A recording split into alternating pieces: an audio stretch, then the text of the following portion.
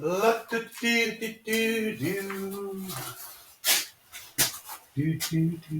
hi, guys. Hey, how you doing? How you doing? Fred Kinds, all kinds of classics. Hey, we're going to continue with the the 37 in this video. We are now moving forward with some of this spray bomb and bottled water and all the other goofy things that go into patinaing a car or truck in this case. But it's going really well, and we've moved on to the front. Take a look. We are almost to the home run on this. As you watched this video, you may have caught in a couple of glimpses of the background and see the 1930, which turns out it's a Chrysler because of a Fedco tag. Found this in the car. That's the Fedco tag, which is a Chrysler only. In that manufacturer's product line, the Dodges and the DeSotos and the other Plymouths had plates. So it turns out this is a 1930 Chrysler. There's a fundamental change here, like a year and a half later. But when you see that in the back, you probably notice that it's progressed. These videos aren't done live. The 37 Dodge pickup is relatively live because I'm trying to squeeze that in as we go here. But enjoy, have fun, throw me some comments, keep them coming. Love it. Okay, got them blocked out and just sitting in prime right now. Got that one, and I was able to get this one. So, and I might have mentioned it, these just filled right in. This was nothing. Cleaned up the holes, ground the holes, very light skim coat, and we'll, just got her all plugged up and finished up, and it turned out real nice. Everything looks really good. On this one,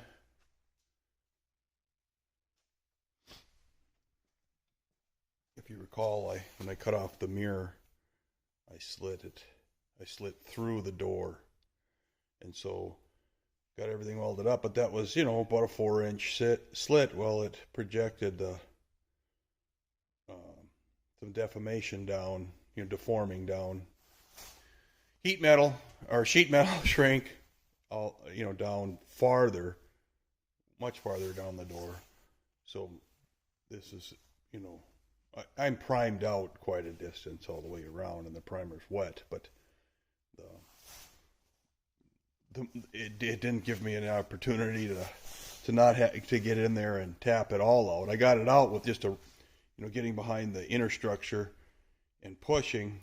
I pushed as much of it out as I could to minimize any body work, but I wasn't going to weld on tabs and all that. It was not a 1/4 of an inch, and by the time I was done, it was probably 1/8 of an inch, which meets the standard the standard jargon for mud. But with the window in, of course, the window comes down to here, and then the window structure and the motor sitting right down in here.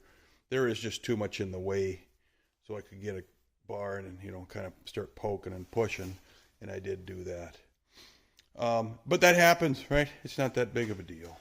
I got it out of there. So now I'm just going to let this dry out and then block it and get it prepped for blending in the paint. So doors will be done. Then I'll get to blocking on the rest of the vehicle. I don't know why I love these controversial things.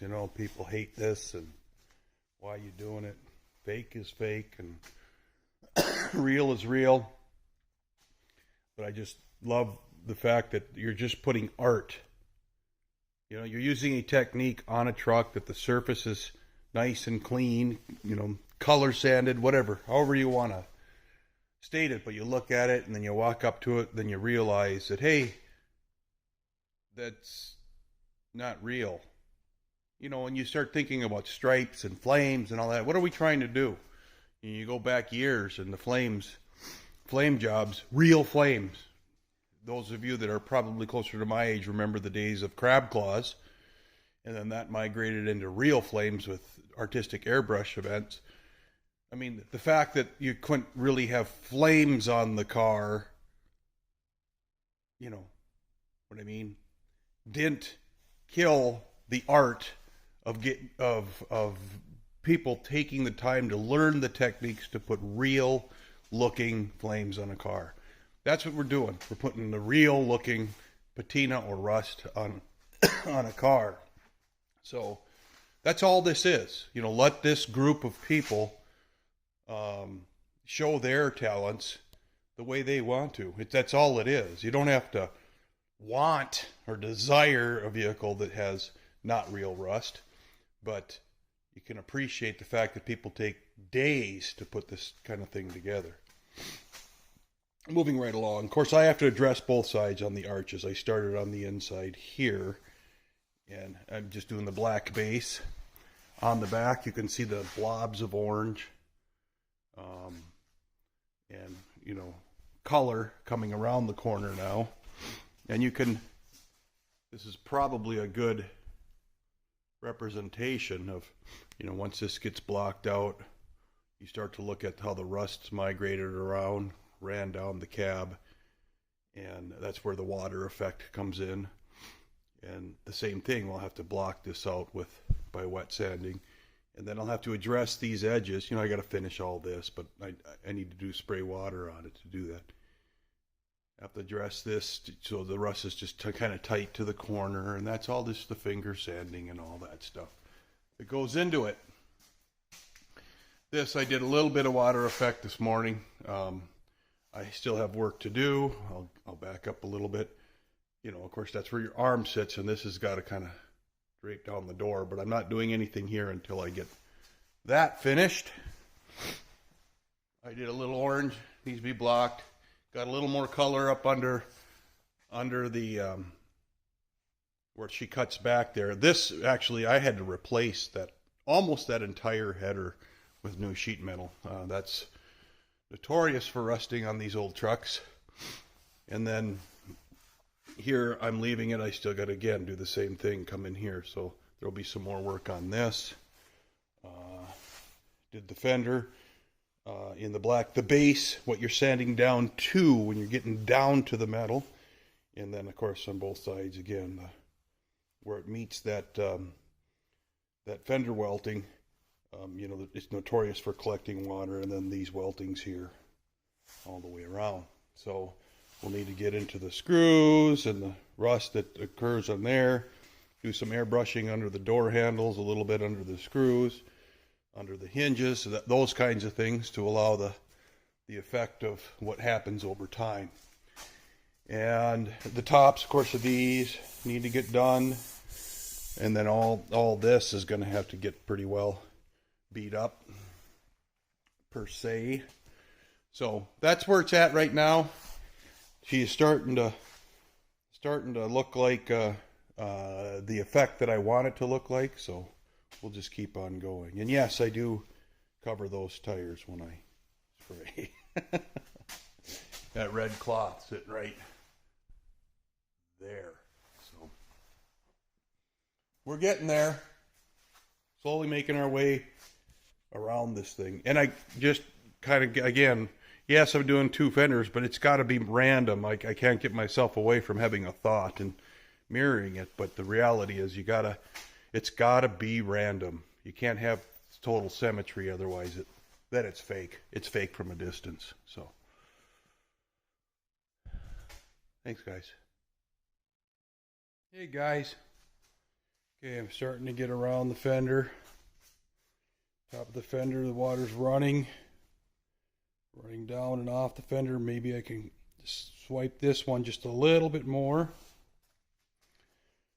You can see where the paint is still left on it in spots.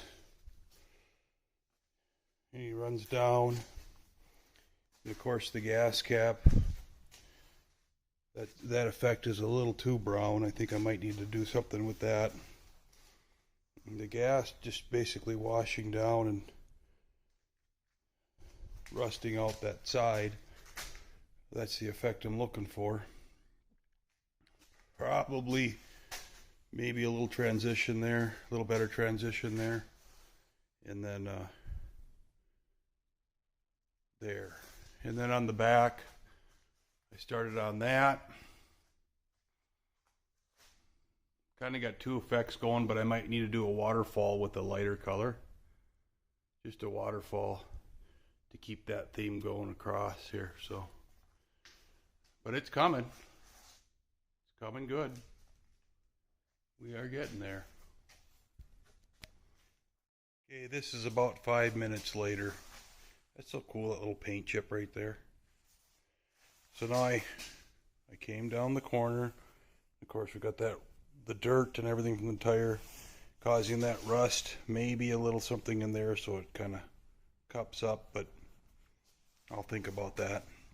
I wanted to show you what this effect looks like up close.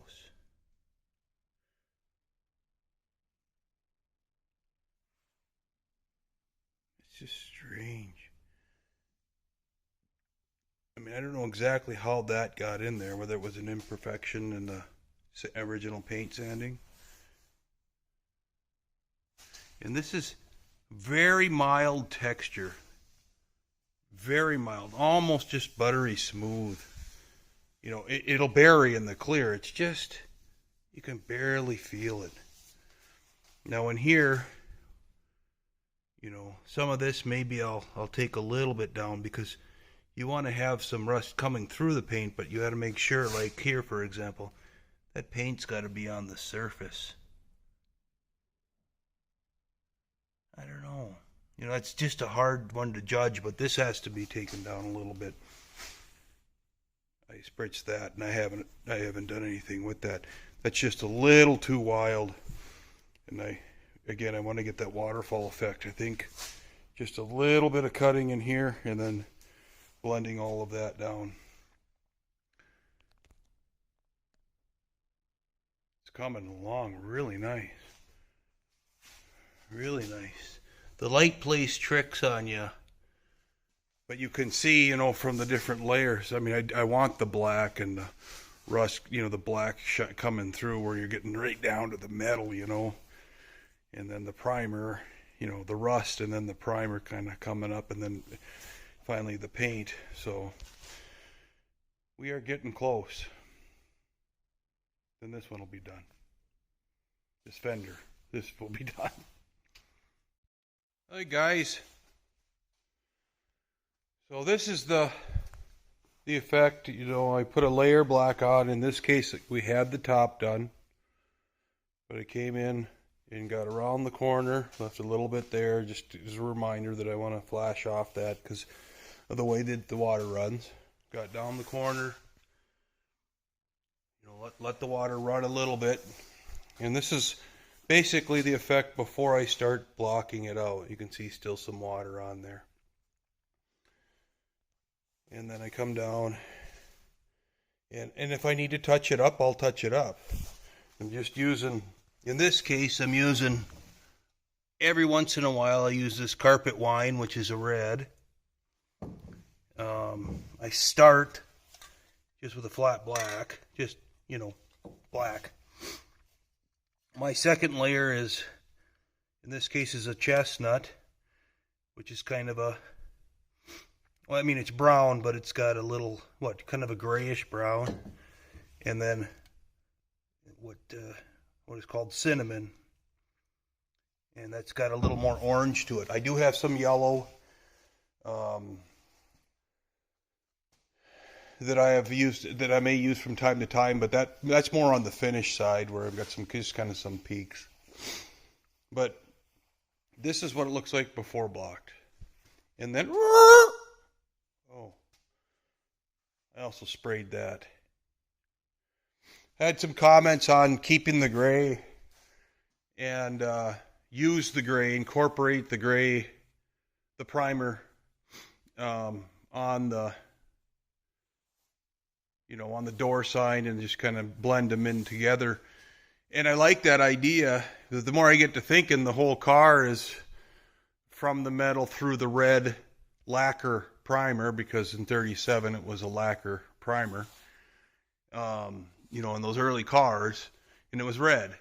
And so then I got to thinking I could spray bomb it red, but then it's like I can just do that when I get to the door sign, because the door sign is going to be old, right? It's going to be like almost as if the truck was purchased with for the intent of service, right? A service truck. So I went ahead and I sprayed the doors, and I just blended the paint back, because that shade is a little different. I'll be blocking it. The shade's different on the paint. It was the paint used to do this truck. The shade is different because I did hot rod flats and put pearl in that clear, and I lightened it up. And almost sorry I did that. I didn't keep the recipe, should, because of the way that I am, but I didn't. And so the result was that I get a little, with the pearl inner coat, it lightened up everything.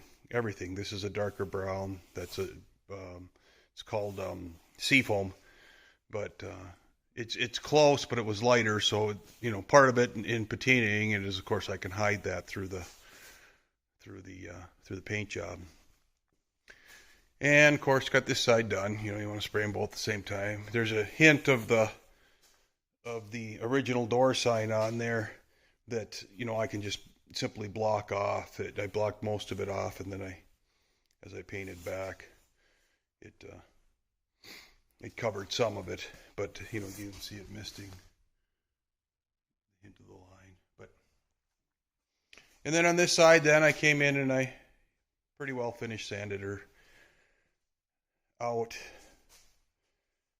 I don't know. I still, I might do some more here. I'm just, for whatever reason, I'm still working on this, and I don't like that shape, but if I take this out to the edges more, then will I like it? I don't know. It's got to have that rust effect, and maybe I need to get some airbrushing on. But at this point, that's all. The thing about this whole project, in my mind, is you get it to a level, and then you stop at that level, and then you roll it outside or do whatever you got to do to get a 40-foot look and a close-up look and all that, and then you come back and touch up. You make note of, well, I'd like this to look a little bit different. I'd like that to look a little bit different. And of course, I grab pictures of old vehicles online to try to get an idea of where the rust goes, particularly these roundy round fenders. This for sure in those views, of course, is rusted up along this inner edge and flowing in, because the fender flows in and then the water runs down and down the fender. And so this will all be have that look, have that effect. So we are making progress, but that's today's status, I guess, at this point.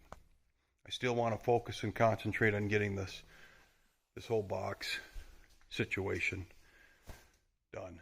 So, and then kind of come forward. Thanks, guys. Hey, guys. Starting on the box, I want to have some control of everything below there, so I tape that off, and I'll more than likely tape the front of the box off. But here we're getting into just sprayed it, just wiped it. In this case, I went where typically I'd build the colors up from black to brown to the orange, which appears to take on the primer a little more. I went from black to orange to brown in this case, and I didn't add reds or anything else in there. So I'm going to try that technique on this surface and see if I can have a little more control over the orange. It's not that I'm upset with the orange. It's just that I would build that center section and then I would continue to fan out to try to get to the primer look, before the metal look. Excuse me, it's full of aerosol spray paint in here. So now, I got to start. Excuse me, sorry. I am sorry. Now I got to let it cure and get on it with the wet sanding. Gonna be a tape line along there and then a box cover. It's the plan. All right, guys. So I taped the welting off. You can see in here the paint didn't go all the way down in, so I'll have to touch some of that up. That's really not that big of a deal. It's just a shadow area, but you certainly don't want to see a body streak, but I'll wait until because I can water down, flood it so it runs in there. I'll just have to tape those sections and get in there, and maybe get in there with the airbrush. But this is just all coated. I'll sand the underside where the sun can't get. Of course, there'd be water damage running in here, but this will get sanded back.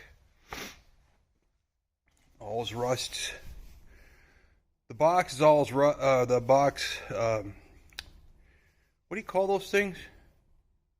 Rail, the post. I didn't cut the holes in here, but there's a gap here and at the bottom, and so they always rust. There should be some presence of rust up in here, but they need to get sanded. So I did address the Dodge too, just starting to highlight it. Have not scratched it out or anything yet, but just working on that. And then here I'm starting, so we're bringing it back to the color. And I still have work to do in this area, but I just wanted to start to blend it into the seam. And the same thing here. I taped too close to the body, so I couldn't get anything to run inside of there. And I stopped right there. So, kind of trying to get the effect where, of course, it always rusts behind the welting. Always. This truck rusted behind the welting. It's pretty hard to see without there. You can start to see a little bit of it. When I built it, it started to decay around the welting, even though it's epoxy primed and all that jazz. So if I cover that up, we're starting to get to where I'm going with it. Relatively dramatic, but you'll still see the color. So I'm getting kind of excited because at the time I'm filming this, it's a Thursday. And I have a fighting chance to get through. I mean, this is a large area, but now getting through to here is the next event. Okay, guys, got my touch-ups done in here. The groove kind of blends to a rust color. This is a shine off the light. It's off the bead of the welt molding, and comes around. I still have to work on this area here, kind of come up to a better peak there, and then this all needs to be blended out. It's amazing how black this looks as I'm looking through the lens here, the on my phone. It's not. Isn't that wild? But of course the clear will bring it out. I might do a little bit more on there, but I'm really starting to like that. And I just wiped it with a cloth, so you should know that there's just basically white marks on it. Rag from dragging the water around. But it looks pretty cool. Rusting down where the water's running down the corners, on the top. Wicking up from the bottom, getting the Dodge a little more three-dimensional. Of course, I got to scratch that a little more, and I'll probably do a little bit more on here. It's probably pretty good. other than being, cleaned up. But I'm gonna kind of continue on, maybe add a little bit to the back, and then this has I gotta have a drip edge from the tailgate down to the apron there. Jury's out. I'm thinking about how I want to do that, and haven't even started on this side. So, got to get in and block that out. Get the back of the get the gate, get the back of the cab, and we'll go from there. Hey guys, don't believe anything on the YouTube channels that says you can bang one of these out in a weekend. Maybe if it's a more modern car, where you're basically doing a box, but with all these corners and curves, it isn't going to get done in a weekend. There's no way. Well, if you had 14 guys, I suppose, that you trusted. Anyway, I coated the front, just finished spraying it. You can see the shine still in the paint. Still wet. Again, wet on wet on wet on wet, right? You just keep it with water. So I came down and all that. I continued the hood a little bit over, got the headlights. And this evening I'll start blocking all that out, or maybe start a little bit over now. Today I have a meeting at lunch, so. But I guess after that, I got the cowl, right? Whatever I want to dress up on the hood. I did fully sand the roof now. Got the doors. I am having stencils made. I started with a door sign. Just printed it off in paper and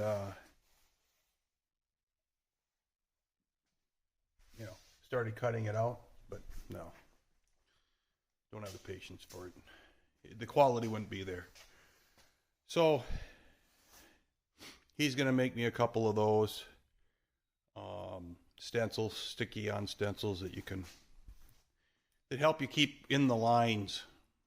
And then I'll finish up the doors. Hood sides, got to mount those on. I might do those. Those are sitting right over there and on the other side. I might do those off. I don't know. But we're getting closer and closer and closer. It would appear that other than the door signs, because I just did them yesterday, ordered them yesterday, I doubt I'll see them before this weekend. And today is Friday. So that's all right. That's all right. There's other things to do.